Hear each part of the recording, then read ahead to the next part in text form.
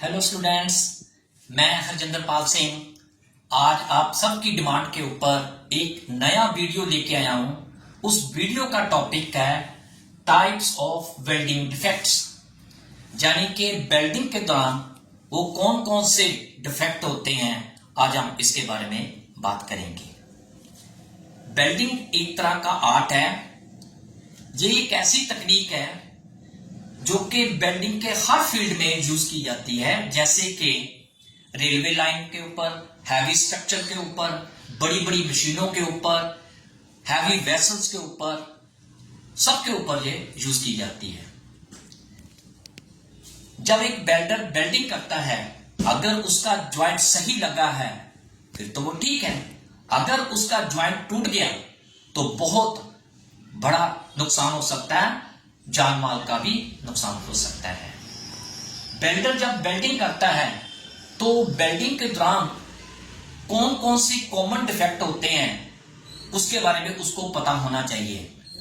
जब वो वेल्डिंग करता है तो उसके कॉजेस और रेमेडीज के बारे में पूरा पता होना चाहिए ताकि वो वेल्डिंग ज्वाइंट सफल हो।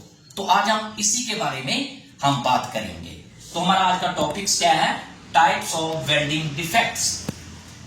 तो सबसे पहले आता है हमारा इनकम्प्लीट पेनिट्रेशन, उसके बाद लैक ऑफ फ्यूजन, उसके बाद अंडरकट, उसके बाद ओवरलैप, उसके बाद अनइवन बीड, उसके बाद स्पैटर, उसके बाद स्लैग इंक्लूजन, उसके बाद ब्लो होल एंड पोरोसिटी, उसके बाद आता है क्रैक्स और एंड में आता है डिस्टॉर्शन। तो ये हमारा आज का मेन पॉइंट है। तो सबसे पहले हम इनकम्प्लीट पेनिट्रेशन के ऊपर बात करेंगे। इनकम्प्लीट पेनिट्रेशन में क्या होता है कि जब हम वेल्डिंग करते हैं, बेस मेटल और फिलर मेटल पूरी तरह ज्वाइंट के अंदर फिल नहीं होता। जैसे कि इस डायग्राम में आपको बताऊं कि जब वेल्डिंग करते हैं तो ये नीचे वाला किनारा वेल्डिंग के बिना रह जाता है। इससे क्या होता है, बेस मेटल की स्ट्रेंथ कम हो जाती है और इसका जो ज्वाइंट है वो बहुत मजबूत नहीं होता। तो ये डीप पेनिट्रेशन का मेन इसका कारण है। इसमें क्या होता है कि जब हम वेल्डिंग करते हैं तो इसका कारण क्या है? इसका कारण ये है कि आपने लो वोल्टेज काम किया, आपने इलेक्ट्रोड की जो एंगल था वो नहीं सही यूज किया, आपने सही पोलैरिटी का यूज नहीं किया, आपका जो वेल्डिंग का पूल था वो छोटा रह गया। तो ये मोटे मोटे इसके कारण हो सकते हैं। इसकी रेमेडीज क्या है कि जब भी आपने वेल्डिंग करनी है तो किनारों के बीच में सही गैप होना चाहिए, डीप पेनिट्रेशन वाले इलेक्ट्रोड का यूज करना है, करंट और वोल्टेज ज्यादा रखनी है, ये जो आर्क की स्पीड है वो बिल्कुल सही होनी चाहिए, इलेक्ट्रोड का एंगल जॉब से सही होना चाहिए। ये इसकी रेमेडीज है। उसके बाद आ जाओ लैक ऑफ फ्यूजन। इसमें क्या होता है कि जब हम वेल्डिंग करते हैं, इलेक्ट्रोड और बेस मेटल जब दोनों नहीं पिघल पाते, तो ये देखिए लैक ऑफ फ्यूजन का मतलब है जब हम वेल्डिंग करते हैं ना तो बेस मेटल भी नहीं पिघलता और इलेक्ट्रोड भी नहीं पिघलता, तो इसके किनारों में ये खाली जगह रह जाती है, जिसके कारण जे भी ज्वाइंट मजबूत नहीं होता। तो जे भी ज्वाइंट बेड जब इसके ऊपर बेड डाला जाता है, भार डाला जाता है, तो ये भी टूट जाता है। इसका कारण क्या होता है? लैक ऑफ फ्यूजन में क्या होता है कि एक तो आपने सही आर्क वोल्टेज नहीं यूज की, उसके बाद आपने डीप पेनिट्रेशन वाले इलेक्ट्रोड नहीं यूज किए, उसके बाद आर्क ब्लो आपने ऊपर रखी, प्रॉपर आर्क ब्लो का यूज नहीं किया, सही वोल्टेज और करंट का नहीं यूज किया। इसकी रेमेडीज क्या है कि जब भी आपने वेल्डिंग करनी है तो डीप पेनिट्रेशन वाले इलेक्ट्रोड यूज करने हैं, आर्क की जो स्पीड है वो कम रखनी है और आर्क ब्लो है वो प्रॉपर रखना है, सही इलेक्ट्रोड का एंगल आपने रखना है। तो ये इसकी रेमेडीज है। उसके बाद आ जाओ अंडरकट। अंडरकट में क्या होता है कि जब हम वेल्डिंग करते हैं तो बेस मेटल के किनारों में छोटे छोटे खड्डे पड़ जाते हैं, तो जिसके कारण इसका भी जो धातु का सेक्शन है वहां कम रह जाता है, और ये भी एक तरह के कच्चे ज्वाइंट होते हैं, इसमें भी यानी कि अगर हम बेल्ट दें तो वो ज्वाइंट टूट जाता है। इसका मेन कारण क्या होता है कि आपने आर्क की लेंथ ज्यादा रखी है और आर्क की वोल्टेज और करंट आपने इंक्रीज किया हुआ है, उसके बाद सही इलेक्ट्रोड का एंगल नहीं यूज किया, सही पोलैरिटी और इलेक्ट्रोड ऑफ व्हीलिंग नहीं यूज की। तो इसकी रेमेडीज क्या है कि जब भी आपने वेल्डिंग करने हैं तो एक तो जो करंट है वो बिल्कुल सही रखना है अकॉर्डिंग टू जॉब की थिकनेस के मुताबिक, और इलेक्ट्रोड का साइज भी आपने जॉब की थिकनेस के मुताबिक रखना है। इलेक्ट्रोड ऑफ वीविंग और उसकी गति बिल्कुल सही रखनी है, और जो आर्क लेंथ है वो बिल्कुल नॉर्मल होनी चाहिए। तो ये इसकी रेमेडीज है। उसके बाद आ जाओ ओवरलैप। ओवरलैप में क्या होता है कि जब हम वेल्डिंग करते हैं हमारा जो इलेक्ट्रोड का पिघला हुआ मटेरियल है वो बेस मेटल के ऊपर पड़ा रहता है, बेस मेटल नहीं पिघलता, उसके ऊपर पड़ा रहता है, जिसके कारण हमारा इस जॉब में भी जो कमी है वो ये है कि इसकी जो पावर है वो कम रह जाती है, और इससे क्या होता है कि ये भी ज्वाइंट जब हम इसके ऊपर बैठ देते हैं टूट जाता है। इसके कारण क्या है कि ओवरलैप में क्या होता है कि जब हम वेल्डिंग करते हैं तो सही वोल्टेज और सही आर्क लेंथ नहीं यूज करते, उसके बाद सही इलेक्ट्रोड का एंगल नहीं यूज होता है, उसके बाद आप क्या करते हैं इलेक्ट्रोड ऑफ वीविंग है वो सही नहीं रखते, इलेक्ट्रोड का एंगल जॉब से सही नहीं होता, ये इसके कारण है। तो इसकी रेमेडीज क्या है, एक तो आपने डीप पेनिट्रेशन के इलेक्ट्रोड का यूज करना है, आर्क की लेंथ वो सही रखनी है, पोलैरिटी भी बिल्कुल सही रखनी है, उसके बाद आर्क की जो स्पीड है इलेक्ट्रोड की स्पीड है वो बिल्कुल नॉर्मल होनी चाहिए। तो ये इसकी रेमेडीज है। उसके बाद आ जाओ अनइवन बीड। अनइवन बीड का मतलब क्या है कि जब हम वेल्डिंग करते हैं तो उसकी सरफेस के ऊपर जब आप बीड लगाते हैं वो बिल्कुल साफ सुथरी नहीं होती, जहां तो वो कहीं से ऊपर होती है, जहां तो कहीं से पतली होती है, और कहीं खड्डे पड़ जाते हैं, जिसके कारण हमारे बेस मेटल का नुकसान होता है और बेस मेटल हमारा ऑक्सीडाइज होने का खतरा बढ़ जाता है, जिससे वेल्डिंग डिफेक्ट पैदा हो जाते हैं। इसका कारण क्या है कि अनइवन बीड का कि सबसे पहले आपने पोलैरिटी सही नहीं यूज की, उसके बाद दूसरा कारण होता है कि इलेक्ट्रोड का जो साइज है वो जॉब की थिकनेस के मुताबिक नहीं यूज किया, तीसरा कारण होता है कि इलेक्ट्रोड का जो एंगल है वो आपने गलत रखा है, चौथा कारण होता है कि इलेक्ट्रोड का करंट और वोल्टेज आपने सही नहीं रखा। तो इसकी रेमेडीज क्या है कि जब भी आपने लेयर लगानी है तो अकॉर्डिंग टू जॉब की थिकनेस के मुताबिक इलेक्ट्रोड की चोन करनी है, इलेक्ट्रोड का जॉब से एंगल बिल्कुल सही रखना है, सही वोल्टेज और सही करंट यूज करना है, और आर्क की जो स्पीड है वो नॉर्मल रखनी है। तो ये इसकी रेमेडीज है। उसके बाद आ जाओ स्पैटर। स्पैटर का मतलब क्या है कि जब हम वेल्डिंग करते हैं हमारे इलेक्ट्रोड का पिघला हुआ धातु का जो गोलियों के रूप में जो बेस मेटल के ऊपर गोलियों के रूप में आके जम जाता है उसको हम स्पैटर कहते हैं। तो ये स्पैटर क्या करता है, हमारी बेस मेटल की जो सरफेस है उसको खराब कर देता है, जिससे हमारे बेस मेटल के ऊपर वेल्डिंग डिफेक्ट पैदा हो जाते हैं। तो इससे क्या होता है, हमें इसे साफ करने में काफी समय लग जाता है। इसका कारण क्या है? इसका कारण पहले ये है कि आपने आर्क लेंथ की है वो इंक्रीज कर दी, प्लस जो पड्डल है वो आपने ज्यादा बना दिया, करंट और वोल्टेज आपने इंक्रीज कर दी। तो ये इसके कारण होते हैं। इसकी रेमेडीज क्या होती है कि सबसे पहले आपने क्या करना है, चीजल और हैमर से आपने स्पैटर्स कट कर देने हैं, जहां फाइल के जरिए या एक हैंड ग्राइंडर आता उसके जरिए आपने स्पैटर कट कर देने हैं। दूसरा, वेल्डिंग करने से पहले इसकी सरफेस के ऊपर पेंट लगा देना ताकि जो स्पैटर्स है वो उसके ऊपर यानी कि जमे ना। तीसरा, आपने क्या करना, आर्क लेंथ बिल्कुल सही रखनी है। चौथा, आपने करंट और वोल्टेज बिल्कुल सही रखना है। और पड्डल आपने छोटा रखना है, पड्डल ज्यादा नहीं बनाना है। तो ये इसकी रेमेडीज है। नेक्स्ट है जो स्लैग इंक्लूजन। स्लैग इंक्लूजन में क्या होता है कि जब हम वेल्डिंग करते हैं तो वेल्डिंग करने के बाद हमारे जॉइंट के अंदर स्लैग का फंस जाना या बाहरी धातु का उसके अंदर कण रह जाना, इसको हम स्लैग इंक्लूजन कहते हैं।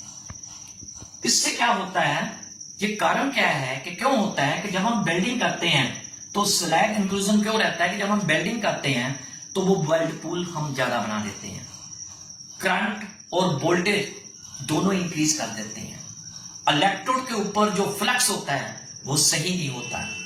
चौथा, इलेक्ट्रोड का एंगल हमने सही नहीं रखा, पोलैरिटी और इलेक्ट्रोड ऑफ वीविंग हमारी सही नहीं थी। तो इसकी रेमेडीज क्या है कि जब भी हमने स्लैग इंक्लूजन में वेल्डिंग करनी है, ये जो डिफेक्ट है वो कैसे उसकी रेमेडीज है कि जब भी हमने वेल्डिंग करनी है तो हमारे जो इलेक्ट्रोड है और हमारा जो बेल्ट पूल है वो जल्दी ठंडा नहीं होना चाहिए। अगर वो ज्यादा ठंडा हो गया तो उसके अंदर जो बाहर अशुद्ध गैसें हैं वो एंटर कर जाती हैं। दूसरा, जब हमने पहली लेयर लगानी है तो उसके ऊपर चिपिंग हैमर से स्लैग उतार लेनी चाहिए, फिर दोबारा दूसरी लेयर लगानी चाहिए। तीसरा, हमारे इलेक्ट्रोड का एंगल और सही पोलैरिटी आपने यूज करनी है और इलेक्ट्रोड ऑफ वीविंग यूज करनी है।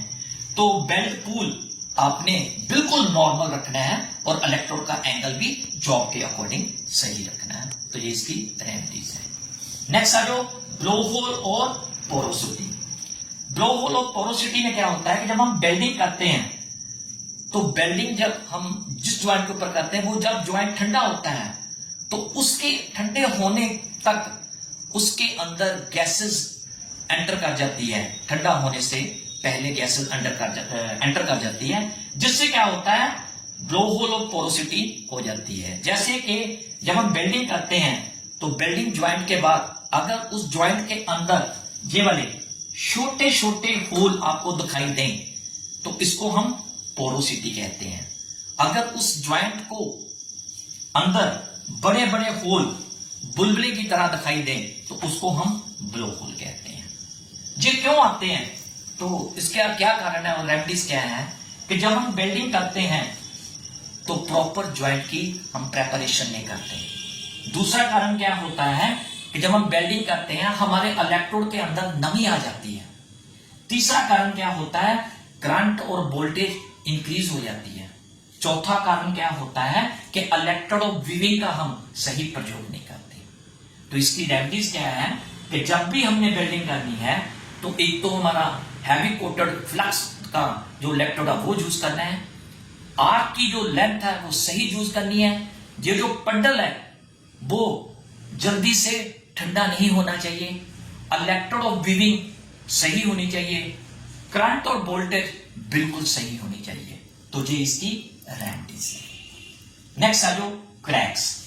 क्रैक्स में क्या होता है कि जब हम वेल्डिंग करते हैं तो वेल्डिंग के बाद हमारे उस ज्वाइंट के अंदर प्लस उस जॉब के अंदर ऐसे, जैसे मैं ये आपको ज्वाइंट के अंदर और जॉब के अंदर एक लाइनें शो की हुई है रेड कलर की, ये क्रैक्स आ जाती है।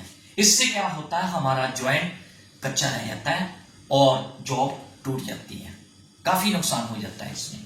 तो क्रैक्स में हमने क्या करना है, ये कारण क्या है कि जब हम वेल्डिंग करते हैं एक तो हम इसका जो प्रॉपर गैप है जब हम ज्वाइंट लगाते हैं वो प्रॉपर गैप नहीं दे पाते, प्लस क्रैक्स क्या होता है कि हम लगातार एक ही जगह लेयर लगाने की कोशिश करते हैं। तीसरा क्या होता है कि करंट और वोल्टेज हमने ज्यादा इंक्रीज कर दिया है। चौथा क्या होता है कि जब हम वेल्डिंग करते हैं तो जो बेस मेटल के अंदर कार्बन की मात्रा ज्यादा हो जाए तो उससे क्या होता है जहां वो हार्ड ज्यादा हो गया तो भी ये क्रैक्स आ जाती है। इसकी रेमेडीज क्या है कि जब भी वेल्डिंग करनी है आपने एक तो पहले ये ध्यान रखना है कि एक ही लेयर से कंप्लीट नहीं करनी। दूसरा आपने क्या करना है कि जब भी वेल्डिंग करनी है तो रुक रुक के आपने वेल्डिंग करनी है, छोटे छोटे ज्वाइंट लगा के फिल करना है। तीसरा आपने क्या करना है, जब भी वेल्डिंग करनी है तो ज्वाइंट के बीच में से आपने सिरे की तरफ वेल्डिंग लेके आनी है। चौथा, जब हमारी वेल्डिंग पूरी कंप्लीट हो जाती है तो आपने लास्ट में इसकी पिनिंग भी करनी होती है। पांचवा, आपने क्या करना है, जॉब को प्री हीट कर लेना है। छठा, जब भी आपने वेल्डिंग करनी है ज्वाइंट के नीचे एक बैकिंग स्ट्रिप लगा देनी है ताकि वो क्रैक्स ना आए। तो ये थे क्रैक्स के बारे में। और लास्ट हमारा है डिस्टॉर्शन। डिस्टॉर्शन में क्या होता है कि जब हम वेल्डिंग करते हैं और वेल्डिंग करने के बाद हमारी जो जॉब की स्थिति है वो पहले जैसी नहीं रहती। जब वो ठंडी होती है तो उनके किनारों के ऊपर प्रॉपर हीट ना जाने के कारण खिंचाव पैदा हो जाता है, जिससे वो जॉब अपनी पहली स्थिति से वो बिंगी और टेढ़ी हो जाती है, जैसे मैं इस डायग्राम में दिखाया है। इसका कारण क्या होता है कि जब हम वेल्डिंग करते हैं तो जॉब को पहले हम प्रीहीट नहीं करते। दूसरा कारण क्या होता है कि जब हम वेल्डिंग करते हैं इलेक्ट्रोड का जो एंगल होता है वो गलत हो जाता है। तीसरा क्या होता है कि हम इसको किसी जिग में नहीं पकड़ के रखते। चौथा कारण क्या होता है कि हमारे वोल्टेज और करंट अगर इंक्रीज हो जाए तो उसका वो भी कारण होता है। पांचवा कारण क्या होता है कि हमारे जो वेल्डिंग के ज्वाइंट है उसके जो ऊपर वाले सिरे होते हैं वो प्रॉपर नहीं होते। छठवां क्या होता है कि हम जो ज्वाइंट लगाते हैं तो टैग नहीं कर पाते। अगर आपने टैग नहीं किया तो ये डिस्टॉर्शन में हो जाएगा। इसकी रेमेडीज क्या है कि सबसे पहले आपने ज्वाइंट लगाने से पहले किनारों को टैग करना है। उसके बाद हो सके तो जॉब को पहले से ही प्रीहीट कर लेना है। उसके बाद आपने क्या करना, वेल्डिंग करने से पहले जॉब को जिग्स के अंदर पकड़ के रखना है। चौथा, ज्वाइंट को छोटे छोटे ज्वाइंट लगा के लेयर लगा के कंप्लीट करना है। पांचवा, वेल्डिंग से पहले इसकी अनिलिंग भी कर सकते हैं।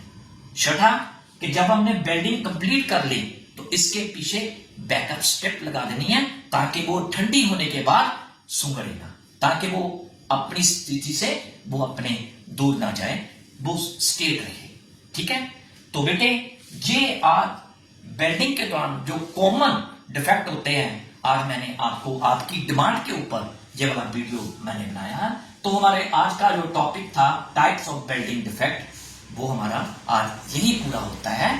तो आपने मेरे इस वीडियो को लाइक, शेयर और सब्सक्राइब करना है और साथ में कमेंट सेक्शन में जाके इस वीडियो के बारे में कमेंट्स भी देने हैं। Thank you very much, have a nice day. Hello students, मैं हरजिंदर पाल सिंह आज एक नया वीडियो लेके आया हूं और उस वीडियो में हमारा आज का टॉपिक है इंस्पेक्शन ऑफ वेल्डेड जॉइंट्स। जब हमने किसी वेल्डिंग के जॉइंट्स को चेक करना है कि उसके जॉइंट की कितनी स्ट्रेंथ है तो हमने समय समय उसकी इंस्पेक्शन करनी होती है। जब हम इंस्पेक्शन करते हैं तो इंस्पेक्शन करने के 3 तरीके हैं, यानी कि एक तो बिफोर, जब आपने वेल्डिंग करनी है उससे पहले आपने इंस्पेक्शन करनी है। उसके बाद आता है ड्यूरिंग, यानी कि वेल्डिंग करते वक्त आपने इंस्पेक्शन करनी है। और उसके बाद आता है आफ्टर, यानी कि वेल्डिंग करने के बाद हमने इंस्पेक्शन करनी है कि उसके ऊपर जो हमने ज्वाइंट लगाया उसके ऊपर कोई डिफेक्ट तो नहीं आया, तो हमने ये टाइम टू टाइम चेक करना होता है। तो सबसे पहले हम बिफोर वेल्डिंग में आते हैं। तो सबसे पहले बिफोर में क्या है, रिव्यू ड्राइंग। जब हमने वेल्डिंग करनी है तो उससे पहले हमने एक बार ड्राइंग का रिव्यू लेना होता है और ब्लूप्रिंट का रिव्यू लेना होता है कि ये जो हमें प्रोजेक्ट दिया है इसकी ड्राइंग और ब्लूप्रिंट में कोई चेंज तो नहीं करनी, एक बार रिव्यू करना होता है। अगर आपको लगता है कि इसके बीच में कोई चेंज करनी है तो आप उसी वक्त चेंज करा सकते हैं, बाद में नहीं कुछ भी होगा। फिर बाद में क्या होगा, उसकी कॉस्ट के ऊपर इफेक्ट हो जाएगा कि हमने तो ये करना था, तो ये आपने अच्छी प्रकार से रिव्यू करना है। ठीक है, उसके बाद आता है मटेरियल वेरिएशन। इसमें क्या होता है कि जब आपने जो प्रोजेक्ट में आपको मटेरियल दिया गया है, आपने उस मटेरियल को अच्छी प्रकार से चेक करना है कि जो जो मटेरियल है उसमें किसी प्रकार का रस्ट, डस्ट या ग्रीस तो नहीं लगा हुआ है, उसके अंदर कोई क्रैक्स वगैरह तो नहीं है। अगर कुछ भी है तो आपने वो सबसे पहले सारी क्लीन कर लेनी है। अगर वो क्रैक्स है या बिंगी टेढ़ी है तो वो सारा कुछ ठीक करके आपने रखना है। ठीक है, उसके बाद आ जाओ फिजिकल कंडीशन। फिजिकल कंडीशन में क्या है कि जब आपने वेल्डिंग करनी है तो उस एरिया की जो फिजिकल कंडीशन है प्लस जो मटेरियल आप वेल्ड करने जा रहे हैं उसको अच्छी प्रकार से आपने चेक करना है। जो जो आपका मटेरियल उस वेल्डिंग के दौरान लगना है तो वो आपने वहां पे सेट करके रखना है। प्लस जो जो क्लीनिंग है वो सारी मटेरियल के ऊपर क्लीनिंग रस्ट डस्ट ग्रीस से रिमूव होनी चाहिए, किसी प्रकार की कोई परत नहीं होनी चाहिए। उसके बाद आ जाओ work piece and tool check. ठीक है, work space and tool check. जब आपने वेल्डिंग करनी है तो आपका वो वेल्डिंग एरिया और जो वेल्डिंग टूल है और जो वेल्डिंग के पावर है यानी कि वेल्डिंग सेट है, जो एनर्जी पावर है, उसको अच्छी प्रकार आपने सेट करके रखना है। और उसमें किसी भी प्रकार के टूल्स के ऊपर, मटेरियल्स के ऊपर, जहां वो जो हमारा वेल्डिंग का एरिया वहां रस्ट डस्ट ग्रीस नहीं होनी चाहिए, कोई ऐसा पार्ट नहीं होना चाहिए जिससे हमारे वेल्डिंग करते वक्त वो नुकसान हो सके। तो इसका भी आपने ध्यान रखना है। उसके बाद आते हैं टूल कैलिब्रेशन। जब हमने उस प्रोजेक्ट के अंदर जो जो प्रोसीजर या टूल्स दिए गए हैं हमने उसकी कैलिब्रेशन करके रखनी होती है। यानी कि जो भी आपने टूल उस प्रोजेक्ट में यूज करना है, जो जो पावर सोर्सेज यूज करनी है, उसकी कैलिब्रेशन होनी चाहिए, ताकि जब हमने वेल्डिंग चेक करनी है तो वो इंस्पेक्शन के दौरान ऐसा ना हो कि आपके पास वो पावर वो है ही नहीं थी, या वो टूल्स आपके पास वो थी ही नहीं जो कि हमने कैलिब्रेट करके रखने होते हैं। तो इससे क्या होगा, हमारे जो ज्वाइंट है उसके ऊपर इफेक्ट करेगा, हमारा नुकसान हो जाएगा। उसके बाद आ जाओ वेल्डर क्वालिफिकेशन। वेल्डर क्वालिफिकेशन में क्या है कि जब आपने उस प्रोजेक्ट को वेल्डिंग करना है तो वो जो ड्राइंग और ब्लूप्रिंट है, जो जो प्रोसीजर दिया गया है, उस प्रोसीजर में आपके वेल्डर की योग्यता आनी चाहिए। तो जो जो प्रोसीजर, जो जो स्थिति लिखी हुई है, जो जो स्पेसिफिकेशन दी हुई है, तो वो सारी वेल्डर को पता होना चाहिए। प्लस वेल्डर के पास वो सर्टिफिकेट होना चाहिए कि जिस प्रोजेक्ट को वेल्ड कर रहा है क्या वो उसको सफल कर पाएगा कि नहीं, ये सारा सर्टिफिकेट उसके होना चाहिए।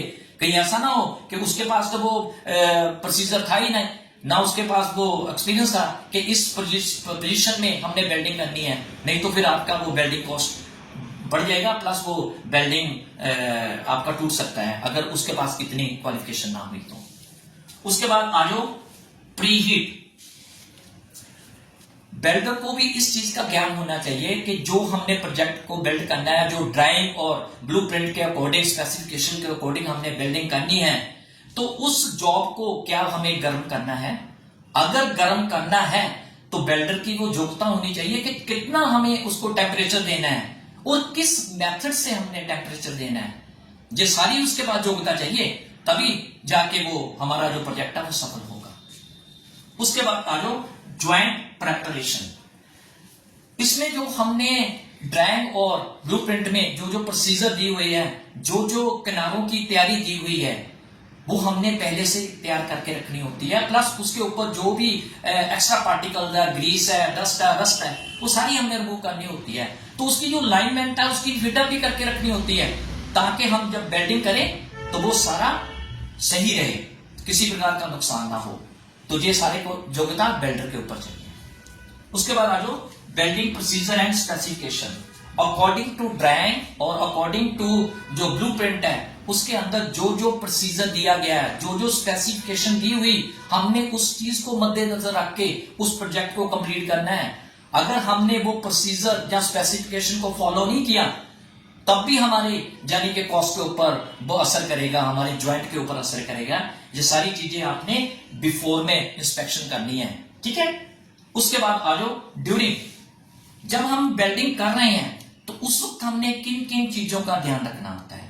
सबसे पहले हमने करनी होती है मॉनिटरिंग वेल्डिंग पैरामीटर्स।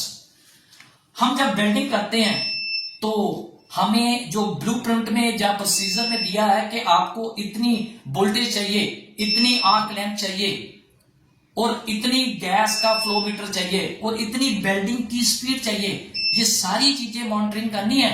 इन चीजों का ध्यान रखना है जब हम वेल्डिंग करते हैं। ये सारी चीजें वेल्डर के मन में आनी चाहिए, ठीक है। उसके बाद आते हैं visual inspection of weld pool and weld B.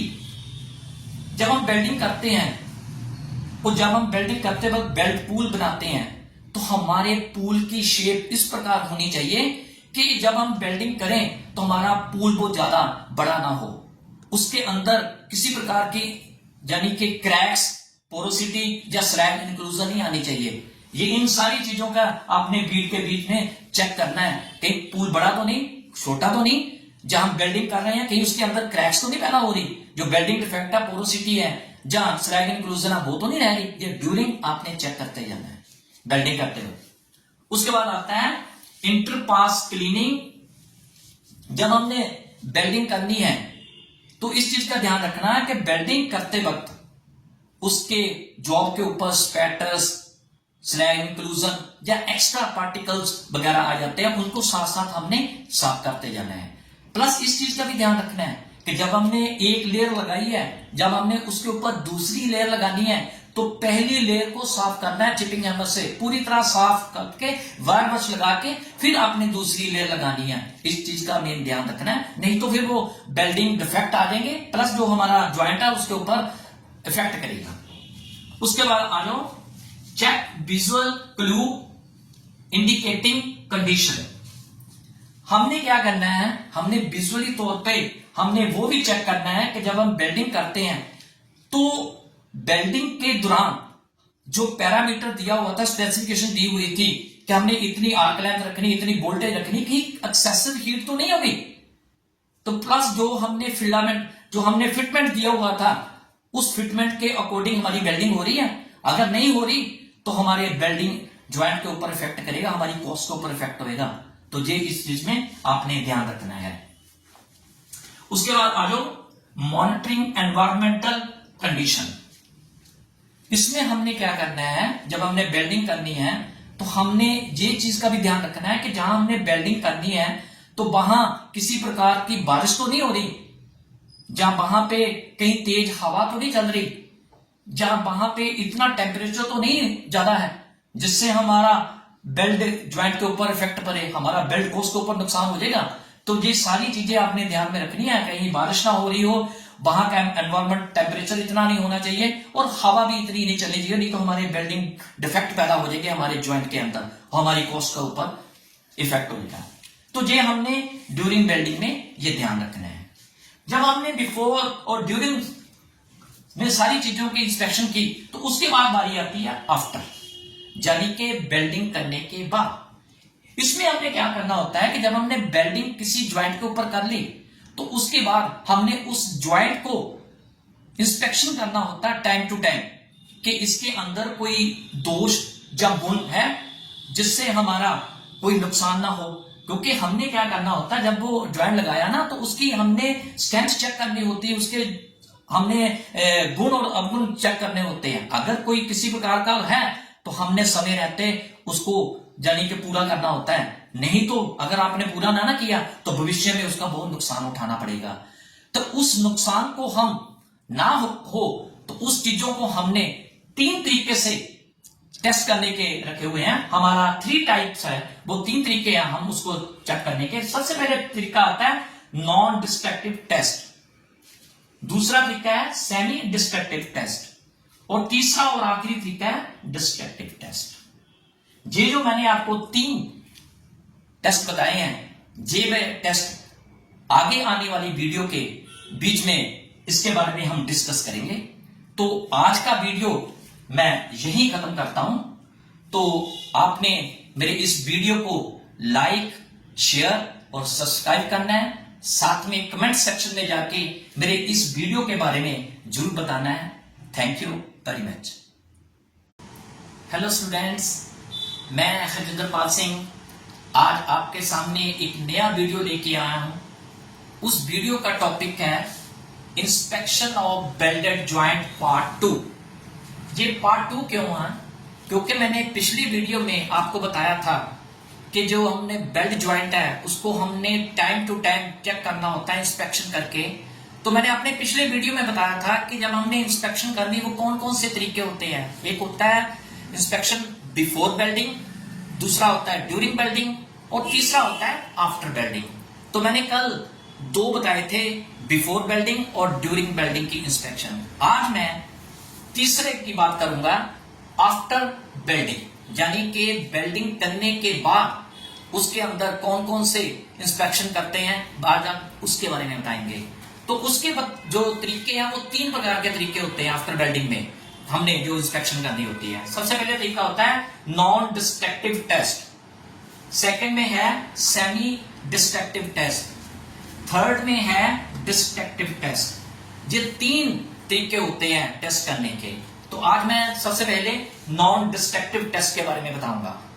ये जो नॉन डिस्ट्रक्टिव टेस्ट है ये होता क्या है, हमने क्या करना है कि नॉन डिस्ट्रक्टिव टेस्ट में जॉब को बिना काटे बिना तोड़े हमने उसका इंस्पेक्शन करना होता है। तो जब हम बिना किसी काटे बिना किसी तोड़े उसको इंस्पेक्शन करते हैं तो उसको नॉन डिस्ट्रक्टिव टेस्ट कहते हैं।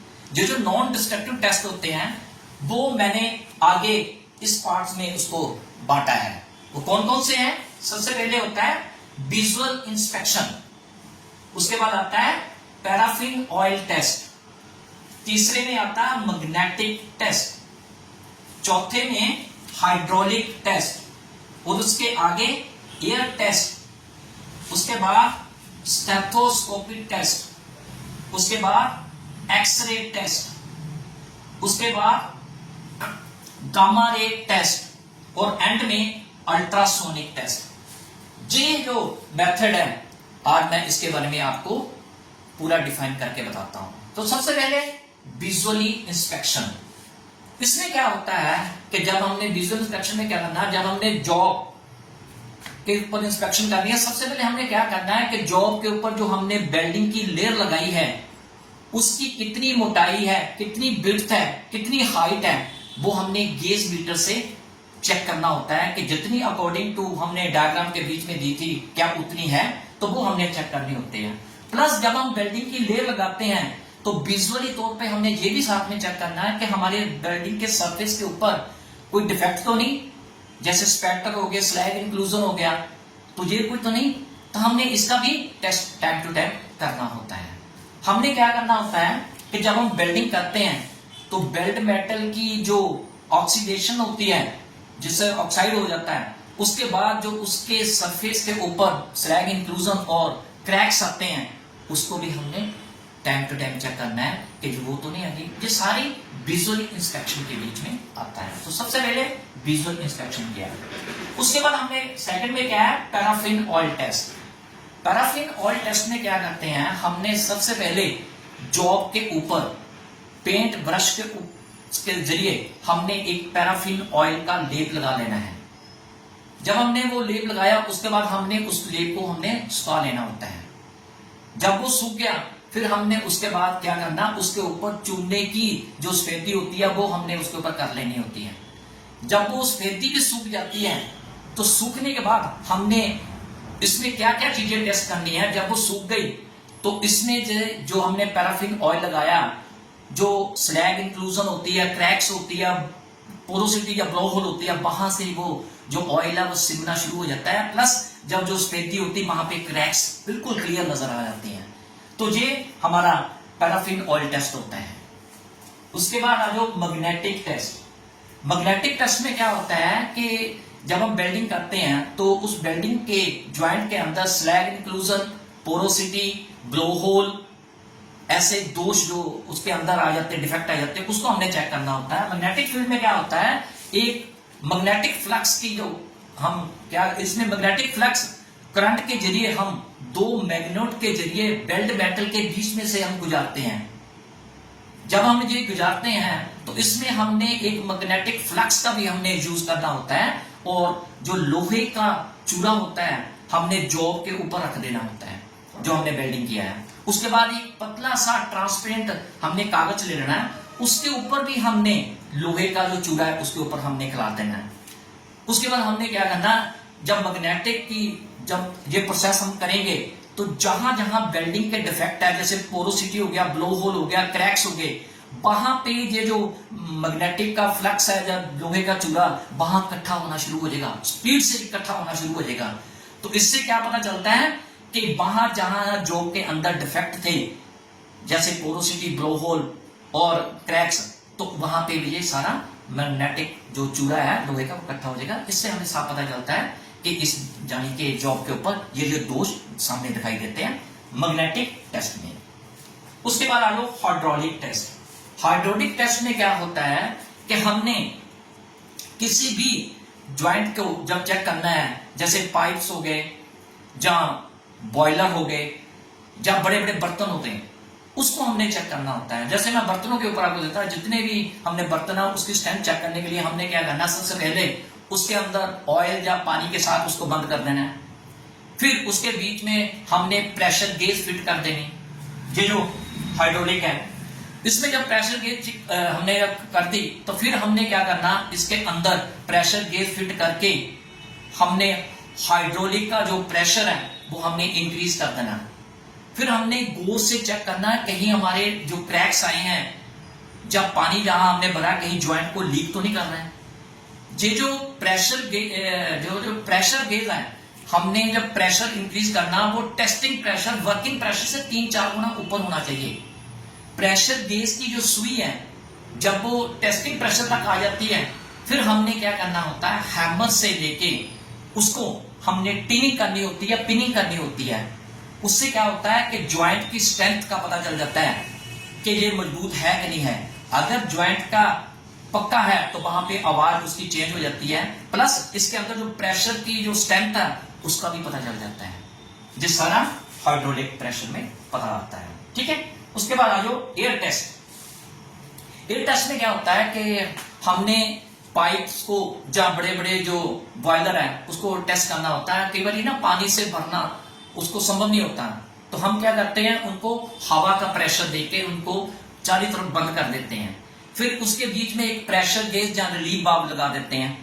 जब वो रिलीफ वाल्व हम लगा देते हैं, प्रेशर गेज लगा देते हैं, फिर हम क्या करते हैं, कंप्रेशर की सहायता से हमने उसको आहिस्ता आहिस्ता से वर्किंग प्रेशर तक, टेस्टिंग प्रेशर तक लेके आना है।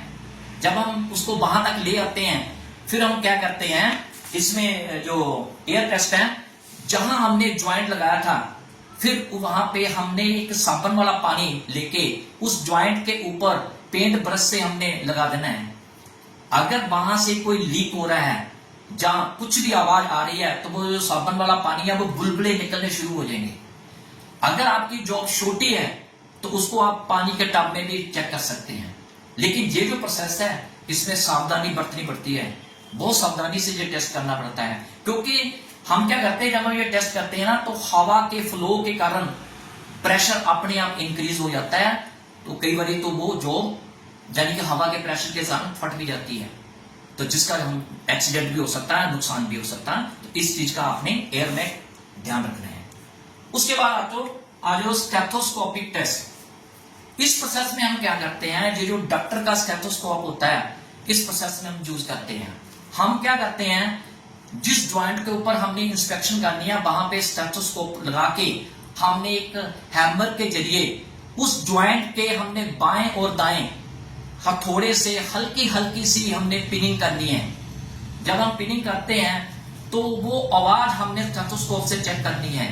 जब वो आवाज एक घंटी की तरह नजर आए, जब सुनाई दे, तो इसका मतलब वो ज्वाइंट हमारा बिल्कुल सही है। एक घंटी की तरह आवाज आनी चाहिए। अगर वो आवाज घंटी की तरह नहीं आती तो वो बेटे ज्वाइंट हमारा कच्चा है।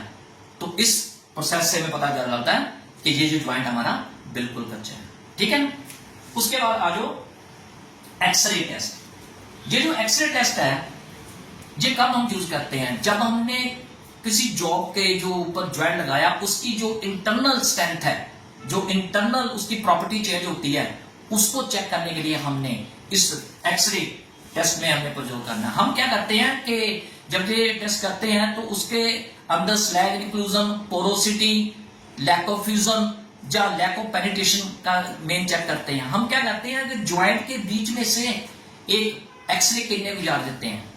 जब ये हम एक्सरे किरणें गुजारते हैं तो जब ये एक्सरे किरणें गुजरने के बाद जब ये वापस आती हैं तो बेल्ट मेटल की डेंसिटी वहां कम होने के नाते वहां पे एक काले काले से पिक्चर के धब्बे बन जाते हैं, जिससे हमें ये पता चल जाता है कि हमारे उस ज्वाइंट के अंदर बेल्डिंग डिफेक्ट है। वो कौन कौन से होते हैं, जब हम डीप पेनिट्रेशन लेनी होती है या स्लैग इंक्लूजन या लैक ऑफ फ्यूजन चेक करनी होती है तो ये हम तब एक्सरे टेस्ट करते हैं। आजकल एक्सरे का टेस्ट का जो प्रयोग है वो इतना महत्व हो गया है, यानी कि हर प्रकार के ज्वाइंट के ऊपर हम एक्सरे टेस्ट करते हैं। इसका प्रयोग आजकल ज्यादा हो गया है इंडस्ट्री में।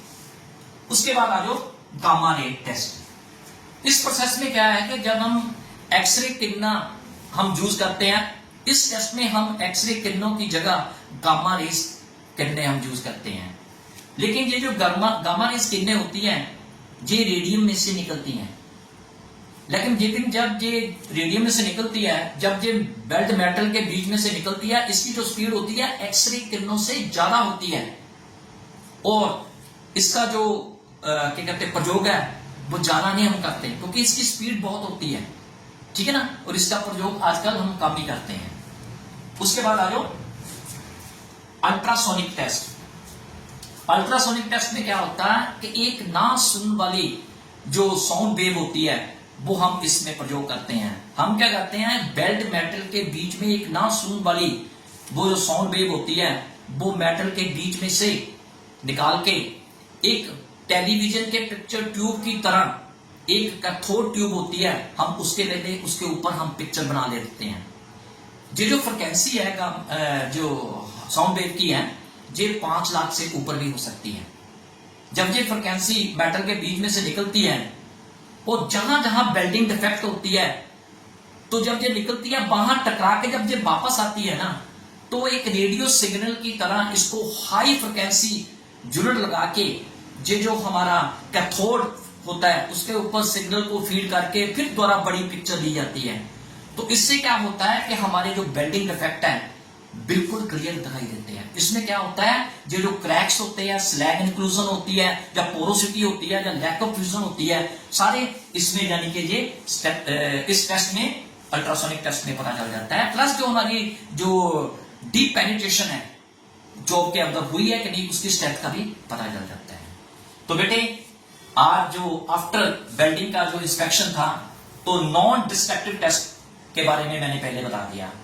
उसके बाद आज जो दूसरा है वो सेमी डिस्ट्रक्टिव टेस्ट। ये जो सेमी डिस्ट्रक्टिव टेस्ट है ये होता क्या है, इसमें हमने क्या करना होता है कि जो हमने जो वेल्डिंग की है उसके किसी भी किनारे को छोटा या पार्ट है वो हमने ले लेना होता है। उसी पार्ट को हमने क्या करना है, या तो हेक्सा से काट लेना है या फिर फ्लेम कटिंग से करके हमने उसकी टेस्टिंग करनी होती है, अलग-अलग मेथड से उसकी इंस्पेक्शन करनी होती है।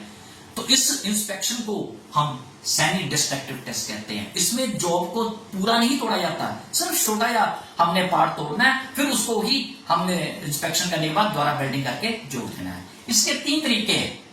सबसे पहले तरीका है कटिंग टेस्ट, उसके बाद एसिड और एचिंग टेस्ट, तीसरा है ड्रिलिंग टेस्ट। ये बेटे 3 प्रोसेस है सेमी डिस्ट्रक्टिव में। तो सबसे पहले मैं कटिंग टेस्ट बताता हूं। कटिंग टेस्ट में क्या होता है कि हमने जॉब के पीस को या तो हेक्सा से या फ्लेम कटिंग से हमने उसको छोटा सा कट कर लेना है। कट करने के बाद हमने जो ज्वाइंट की हमने जो जहां जहां स्ट्रेंथ देखनी थी वहां उसको हमने इंस्पेक्शन करना है। इंस्पेक्शन करने के बाद हमने उसको दोबारा ज्वाइंट कर देना है। तो हमने ये देखना है कि इसके अंदर कोई पोरोसिटी, ब्लो होल या क्रैक्स तो नहीं, ये सारी हमने इसकी चेकिंग करनी होती है कटिंग टेस्ट में। उसके बाद आ जाओ एसिड और एचिंग टेस्ट। इसमें हम क्या करते हैं, या तो जॉब को हम किसी केमिकल या एसिड के बीच में डुबो देते हैं, या उसके ऊपर हम क्या करते हैं पेंट लगा देते हैं। फिर उसको हम यानी कि ना पेंट लगाने के बाद उसको जब ठंडा हो जाता है वो सूख जाता है, उसके बाद हमने उसको क्या करना है माइक्रोस्कोप के नीचे लेके आना है। जब माइक्रोस्कोप के नीचे लेके आएंगे तो वो उस ज्वाइंट की जो स्ट्रेंथ है जिसको हमने इंस्पेक्शन करना है, क्या क्या करना, हमने क्रैक्स, पोरोसिटी और स्लैग इंक्लूजन जैसे हमने डिफेक्ट जॉब के ऊपर चेक करने होते हैं। जब माइक्रोस्कोप के नीचे देखते हैं ना तो उसको बड़ा कर देते हैं तो बिल्कुल क्लियर पिक्चर यानी कि दिखाई देती है। इस एसिड और एचिंग टेस्ट में तो वो क्रैक्स नजर आएंगे, ब्लो होल नजर आएंगे और पोरोसिटी, स्लैग इंक्लूजन नजर आते हैं इस सेकंड एसिड और एचिंग टेस्ट में। थर्ड में है ड्रिलिंग टेस्ट। इस टेस्ट में क्या करते हैं कि हम जॉब को पहले वेल्डिंग की लेयर लगा देते हैं। जब हमने उसको इंस्पेक्शन करना है तो हम क्या करते हैं विजुअली तौर पे उसको देख लेते हैं कि कहां हमने ज्वाइंट लगाया था, कहां उस ज्वाइंट की स्ट्रेंथ कम है, तो वहां पे हम इसको ड्रिल करते हैं। जहां लगता है कि आपको कि ये ज्वाइंट की स्ट्रेंथ कम है, वहां हमने आप ड्रिल कर लेना है। जब ड्रिल किया है, जो ड्रिल का जो चूड़ा होता है, हमने उसकी इंस्पेक्शन करनी होती है। जब हमने उस चूड़े की इंस्पेक्शन करनी है, उस चूड़े में अगर स्लैग के कण आ गए तो इसका मतलब वहां पे बेल्डिंग डिफेक्ट है, स्लैग इंक्लूजन। अगर उस चूड़े का कलर एक साथ नहीं है, डिफरेंट है, तो इसका मतलब कि वो लैक ऑफ फ्यूजन है। तो इस टेस्ट में हम क्या करते हैं, एक स्लैग इंक्लूजन और एक लैक ऑफ फ्यूजन का टेस्ट हो जाता है इसमें। तो ये था हमारा सेमी डिस्ट्रक्टिव। और तीसरा और आखिरी है डिस्ट्रक्टिव टेस्ट। ये जो टेस्ट है, ये मैं अपने आगे आने वाले वीडियो के बीच में डिस्कस करूंगा। तो आपने ये वीडियो जरूर देखना है, क्योंकि ये मेरा पार्ट 2 है, वो पार्ट 3 होगा। तो स्टूडेंट ये आपने ध्यान देना है कि ये जो सीरीज है मेरी 1, 2 और 3, इसको ध्यान से देख के फिर आपको पता चलेगा कि कौन कौन से टेस्ट होते हैं जो हमने टेस्ट करने होते हैं, इंस्पेक्शन करनी होती है। तो बेटे आज का वीडियो मैं यही खत्म करता हूं। मेरे वीडियो को आपने लाइक, शेयर, सब्सक्राइब करना है और कमेंट सेक्शन में जाके मेरे इस वीडियो के बारे में आपने कमेंट्स भी देने हैं। Thank you very much, have a nice day. Hello students, मैं हरजिंदर पाल सिंह आज एक नया वीडियो लेके आया हूं और आज का टॉपिक है inspection of welded joints part 3। Part 3 का मतलब है कि मैंने जो पिछले 2 वीडियो बनाए हैं, यानी कि ज्वाइंट्स को इंस्पेक्शन करने के, जिसमें मैंने बताया है कि इंस्पेक्शन करने के कौन कौन से तरीके होंगे। जैसे मैंने पहले वीडियो में बताया है कि बिफोर, ड्यूरिंग और आफ्टर। उसके बाद मैंने दूसरे वीडियो में बताया कि आफ्टर में कौन सा होता है, यानी कि semi destructive test, non destructive test और डिस्ट्रक्टिव टेस्ट। तो आज का जो तीसरा वीडियो है, उसका जो आज का टॉपिक है, आफ्टर बिल्डिंग में डिस्ट्रक्टिव टेस्ट आता है। ये डिस्ट्रक्टिव टेस्ट होता क्या है? जैसे कि नाम से ही पता है कि डिस्ट्रक्टिव का मतलब होता है तोड़ना। हमने जॉब को इस प्रोसेस में तोड़ के या टेम्परिंग करके ये पता लगाना होता है कि अगर ज्वाइंट्स के ऊपर प्रेशर या स्ट्रेस डाला जाए तो उस हालात में उस जॉब की स्ट्रेंथ या मजबूती क्या होगी। और वैसे भी हमारा मेन मकसद क्या है कि स्ट्रेस करने का, कि हमने जॉब के मटेरियल की हार्डनेस, उसकी फ्लेक्सिबिलिटी या कोई अदर जो प्रॉपर्टीज होती है, उसका भी हमने विश्लेषण करना होता है। तो बेटे आज का जो वीडियो है वो आफ्टर बेल्डिंग का डिस्ट्रक्टिव टेस्ट करता है, ठीक है। और डिस्ट्रक्टिव टेस्ट में हमने जो इंस्पेक्शन करनी है वो कौन कौन से तरीके होते हैं। सबसे पहले आता है हार्डनेस टेस्ट, उसके बाद टेंसाइल टेस्ट, फिर उसके बाद इंपैक्ट टेस्ट, उसके बाद फैटिग टेस्ट, उसके बाद अग्रेसिव एनवायरमेंटल टेस्ट, उसके बाद कोरोजन टेस्ट, उसके बाद fracture and mechanical testing, hydrogen test, residual test, measurement और लास्ट में क्रीप टेस्टिंग। तो ये हमारे आज के हैं जिसके जरिए हमने इंस्पेक्शन करनी है। तो सबसे पहले हम करते हैं बात हार्डनेस टेस्ट की। इसमें क्या होता है, हम जॉब की हार्डनेस चेक करते हैं और इसमें हमने जॉब को ब्रिंडल, रॉकवेल और बिकर के मेथड यूज करते हैं इस प्रोसेस में। और इस प्रोसेस का जो प्रयोग है वो मैन्युफैक्चरिंग इंजीनियरिंग में और सिविल इंजीनियरिंग में कंक्रीट और मेटल के बने हुए सैंपल्स को तोड़कर फिर हमने उसकी स्ट्रेंथ को चेक करना होता है। हमारा पहला जो टेस्ट है हार्डनेस टेस्ट। उसके बाद आता है टेंसाइल टेस्ट। इस टेस्ट में हम क्या करते हैं, जॉब को, मटेरियल को हमने मशीन के द्वारा स्ट्रेच करना होता है। जब मशीन स्ट्रेच कर रही होती है तो जॉब टूट जाती है। और इस टेस्ट का प्रयोग हम मेटल, प्लास्टिक आदि की स्ट्रेंथ, फ्लेक्सिबिलिटी और उसकी मैकेनिकल प्रॉपर्टीज को चेक करना होता है। और जब ये रिजल्ट आता है तो फिर हम इसको प्रोडक्ट्स डिजाइन और सूटेबल मटेरियल की सिलेक्शन में इसको यूज किया जाता है टेंसाइल टेस्ट में।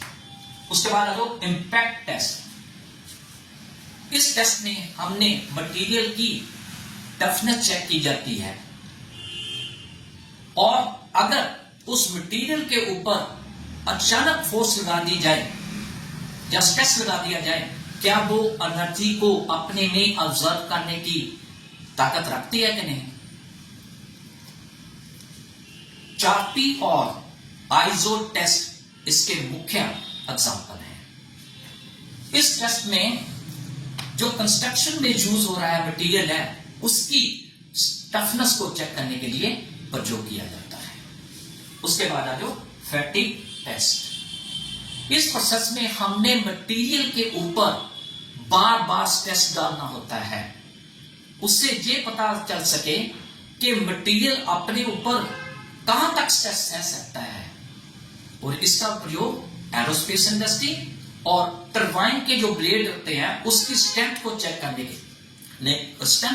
के लिए प्रयोग किया जाता है।